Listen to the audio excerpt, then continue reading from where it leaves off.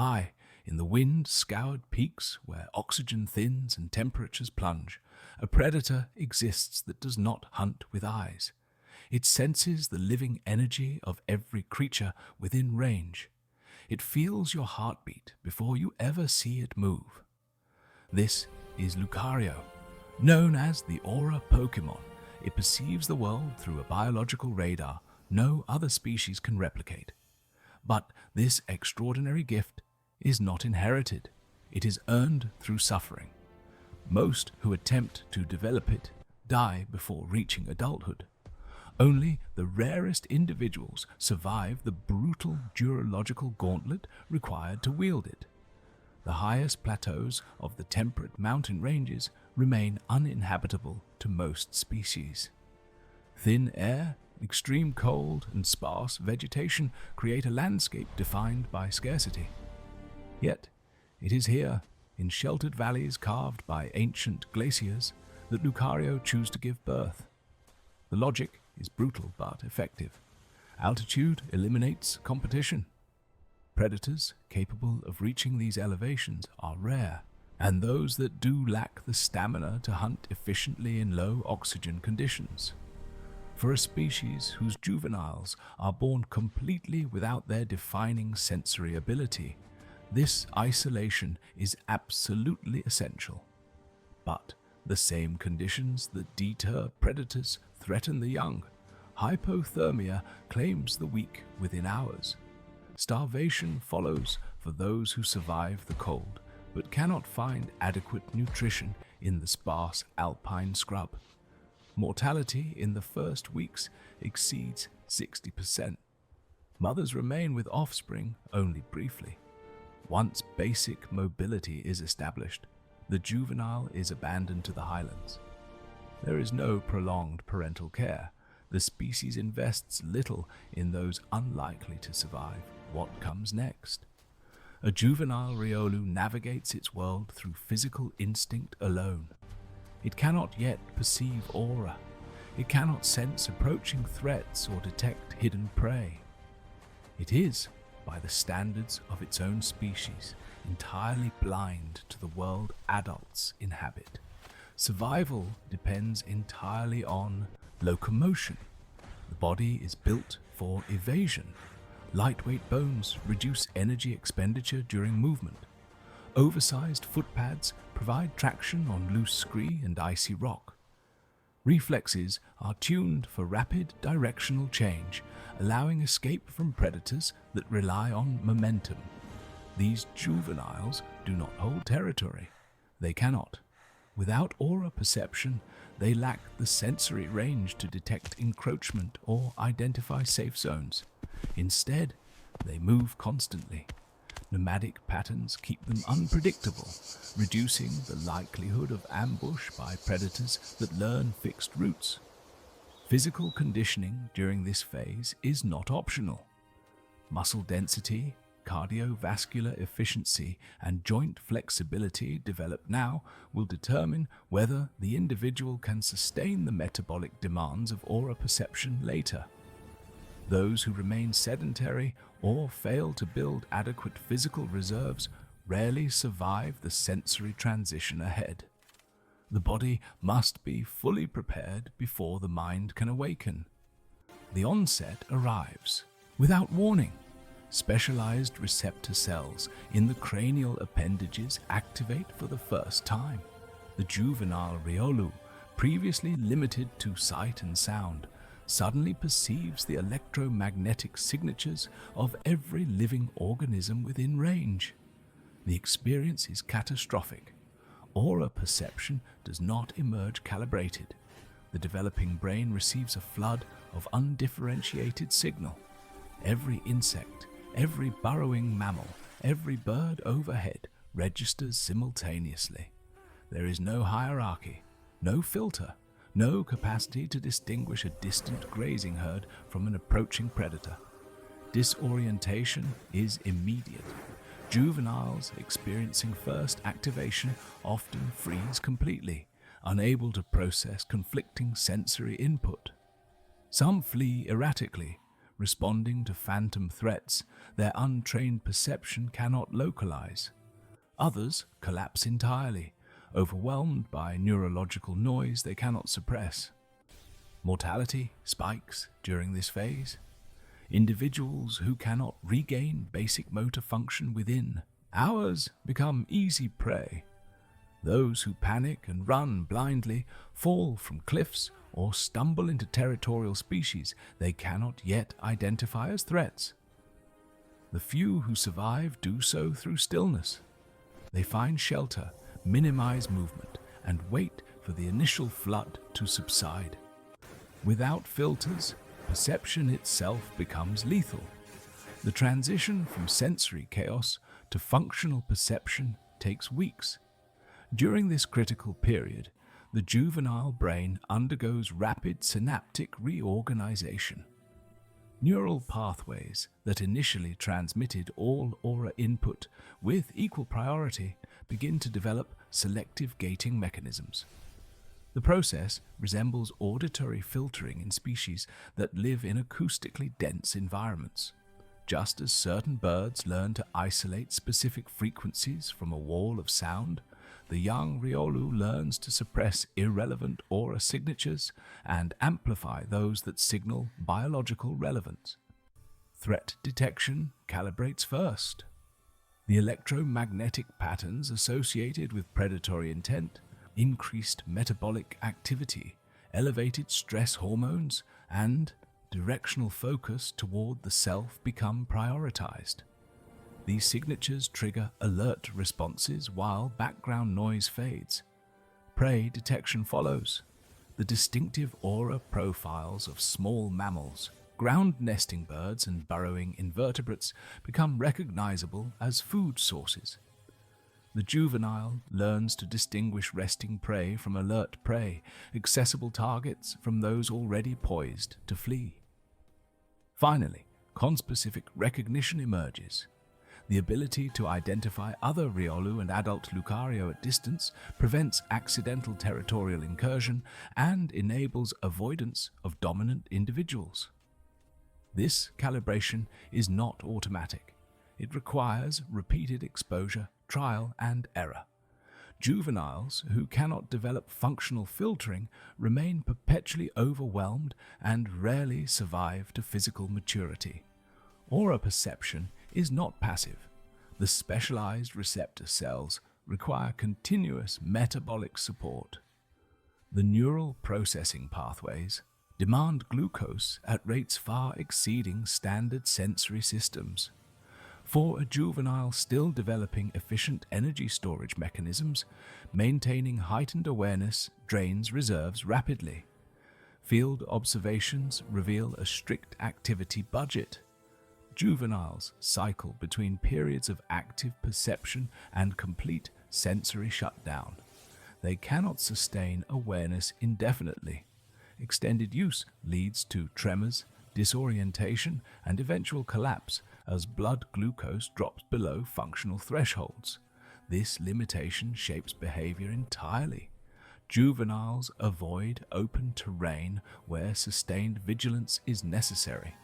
They favor dense cover, rocky outcrops, and terrain features that provide physical concealment, reducing reliance on metabolically expensive sensory scanning. Foraging becomes strategic.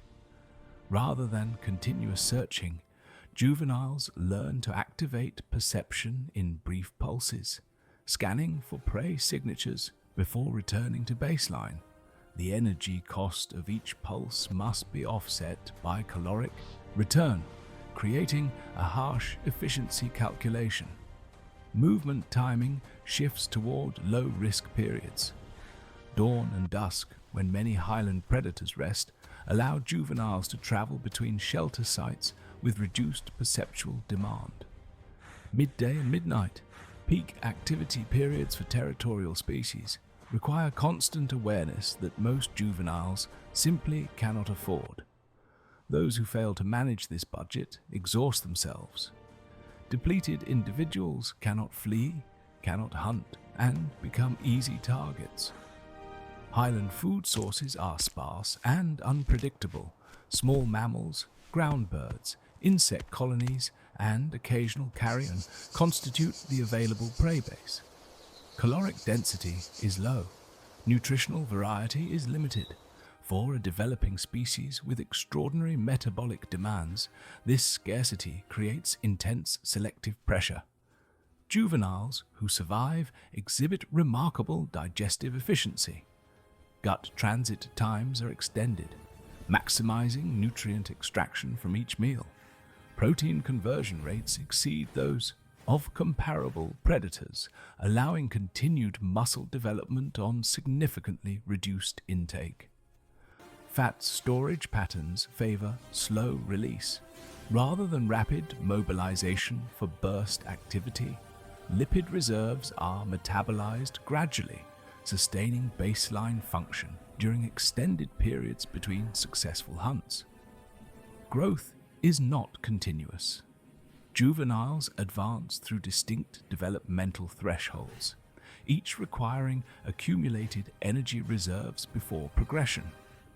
Individuals who cannot stockpile sufficient calories stall at intermediate stages, their development arrested until conditions improve or starvation claims them.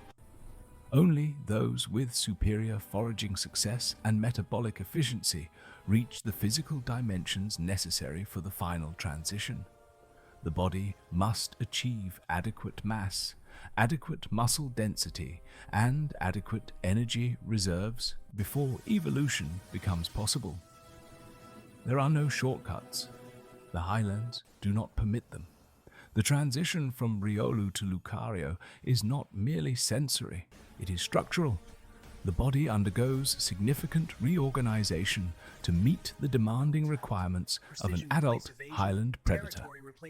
Limb proportions shift, legs lengthen relative to torso, lowering the center of gravity and improving stability on uneven terrain. Foot morphology changes, with reinforced ankle joints and denser toe pads, providing superior grip on surfaces that would defeat less specialized species. Muscle distribution favors endurance over explosive power. The Highlands reward sustained effort across vast territories, not brief sprints. Slow twitch fiber density increases throughout the lower body, enabling hours of continuous movement across steep gradients without accumulating fatigue. The cranial appendages, previously small receptor nodes, expand into full sensory organs.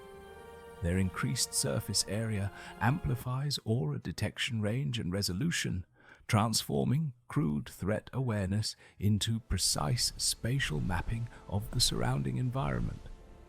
Core musculature develops around the torso, creating a stable platform for rapid directional changes. An adult Lucario can pivot, leap, and recover on loose scree that would send other bipeds tumbling.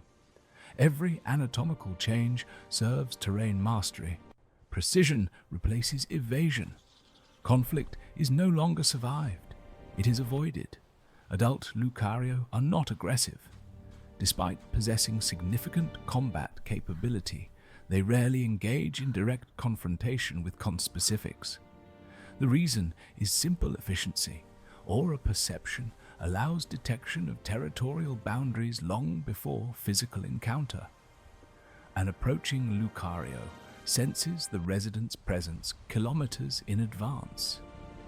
The resident, in turn, perceives the approach. Both individuals know the other's position, direction, and likely intent without ever making visual contact. This mutual awareness enables negotiated avoidance. The approaching individual adjusts course, skirting the territorial edge. The resident monitors but does not pursue. No energy is wasted, no injury is risked. Combat becomes reserved for genuine resource competition, typically during periods of extreme scarcity when territory contraction forces overlap. Even then, encounters are brief. Aura perception allows each combatant to read the other's physiological state, including fatigue levels, injury status, and commitment intensity. Fights end when one party's declining condition signals inevitable defeat. Prolonged engagement benefits neither. This system produces a landscape of stable, non-overlapping territories, maintained through constant sensory monitoring rather than exhausting physical patrol. Energy saved here determines whether the next generation exists at all. Breeding is not continuous. Lucario reproduce only during periods of relative environmental stability, when prey populations are adequate and weather conditions permit extended juvenile survival in the harsh highlands. Females assess conditions through aura perception of the surrounding ecosystem. Prey, density, competitor distribution, and the physiological stress levels of nearby organisms provide a composite indicator of environmental carrying capacity. Reproduction proceeds only when this assessment indicates favorable odds for offspring survival. Offspring are born aura blind. This is not a defect, but a critical protective adaptation. Immediate sensory activation would overwhelm a newborn's undeveloped neural architecture. Instead, onset is delayed until the juvenile achieves sufficient physical development to survive the transition. The timing of first activation varies by individual and conditions. Harsh years delay onset as the body prioritizes physical survival over sensory development. Favorable years accelerated. Survival depends not on strength, but on timing. In the fragile highland ecosystem, Lucario function as regulators.